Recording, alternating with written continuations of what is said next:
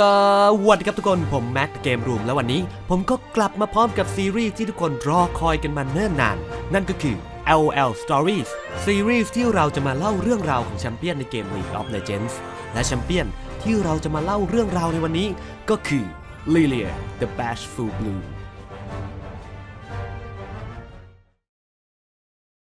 เรื่องราวของลิเลียเริ่มต้นขึ้นที่ไอโอเนียดินแดนที่ทุกอนูถูกถักทอเอาไว้ด้วยเวทมนต์ในป่าแสนโบราณแห่งโอมิคายาลันหัวใจแห่งโลกาป่าที่เป็นที่รักของทั้งเหล่าวาสทายาและมนุษย์แห่งไอโอเนียที่กอดวิลโลต้นไม้ศักดิ์สิทธิ์เคยยืนต้นตั้งตระหง่านก่อนจะถูกโค่นด้วยน้ำมือของจอมทัพโฉดจากแดนหิมะแต่เมล็ดของต้นกอดวิลโลก็ได้ปลิวกระจายไปตามสายลมซึ่งหนึ่งในเมล็ดนั้นก็ได้ไปอย่างรากอยู่ณ Garden of Forgetting สวนแห่งการหลงลืมและได้รับการเฝ้าดูแลจาก The Green Father จอมทัพผู้กลับใจผู้ที่สืบทอดเจตนารมณ์ของกอดวิลโลและกลายมาเป็นผู้ปกปักแห่งพืชพันธุ์และในที่สุดต้นไม้วิเศษต้นใหม่ก็งอกงามขึ้นชื่อของมันก็คือ Dreaming Tree ต้นไม้แห่งความฝันที่จะออกดอกในทุกๆคราที่ได้รับพลังเวทมนต์จากความฝันและความต้องการของสิ่งมีชีวิตแต่แล้ววันหนึ่งสิ่งมหัศจรรย์ก็เกิดขึ้นเมื่อ Dreaming Tree มีความฝันเป็นของตัวเองแต่ก่อนที่ความฝันของมันจะเบิกบานออกมาเป็นดอกไม้หน่ออ่อนนั้นก็ร่วงหล่นลงบนพื้นเกิดเป็นลิเลียกวางน้อยแสนงุ่มง่ามผู้มีดอกไม้ที่ยังไม่บานติดอยู่บนหัวของเธอชีวิตหลังจากนั้นของลิเลียคือการคอยดูแลต้นไม้แห่งความฝันผู้เป็นมารดาและคอยประคบประหงมเหล่าความฝันที่แวะเวียนเข้ามาในสวนทุกๆค่ำคืนและจากการได้สัมผัสอารมณ์และประสบการณ์แสนวิเศษที่เหล่าสิ่งมีชีวิตได้ประสบพบเจอเมื่อหลับฝันลิเลียก็เริ่มมีความต้องการเป็นของตัวเองความต้องการอันแรงกล้าที่อยากจะพบกับเหล่าเพื่อนผู้เป็นเจ้าของความฝันที่เธอคอยเฝ้าดูแล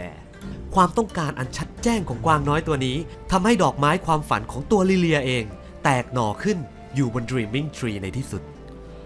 แต่เมื่อถึงเวลาที่ลิเลียได้พบกับเหล่ามนุษย์ที่เธอหลงไหลมันกลับไม่ใช่อย่างที่เธอฝันเอาไว้ตรงกันข้ามมันเหมือนกับการสะดุ้งตื่นจากการหลับฝันมากกว่ามีบางอย่างเกิดขึ้นที่โลกภายนอกโลกที่อยู่นอกออกไปจากป่าของลิเลียสงครามและควันไฟบดบังทำให้ความฝันไม่สามารถหลั่งไหลเข้ามาถึงสวนแห่งฝันดังเดิมและ Dreaming Tree เองก็เริ่มแห้งเหี่ยวเปลือกไม้ของมันบวมเป่งไปด้วยความป่วยไข้รากไม้บิดเบี้ยวของมันแผ่ออกมาเพียงไอแห่งความมืดลิเลียพยายามทุกวิถีทางที่จะดูแลรักษาเหล่าหน่ออ่อนแห่งความฝันที่ยังเหลือบนต้นไม้มารดาของเธอแต่แล้ววันหนึ่งความโหดร้ายของโลกภายนอกก็ท้าโถมเข้ามาในโลกของเธอจนได้มนุษย์คนหนึ่งหนีจากเหล่านักรบที่ไล่ตามเขาเข้ามาจนถึง Dreaming Tree และตอนนั้นเองคมดาบหนึ่งก็ฟาดพลาดเป้าตัดกิ่งไม้ที่มีหน่ออ่อนความฝันของลิเลียตกลงบนพื้นด้วยความตกใจลิเลียใช้เวทมนต์ของเธอทำให้พวกเขาหลับไหลและจากร่างไร้สติของพวกเขาลิเลียก็มองเห็นความฝันที่หลุดลอยออกมาเธอเห็นความกลัวความบิดเบี้ยวเช่นเดียวกับรากไม้ของ Dreaming Tree เหล่าความฝันตัวน้อยอ่อนแรงพากันบินลอยขึ้นมาที่ปลายกิ่งไม้ของเธอ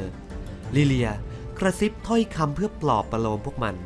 จนพวกมันค่อยๆส่องสว่างขึ้นเช่นเดียวกับตัวเธอ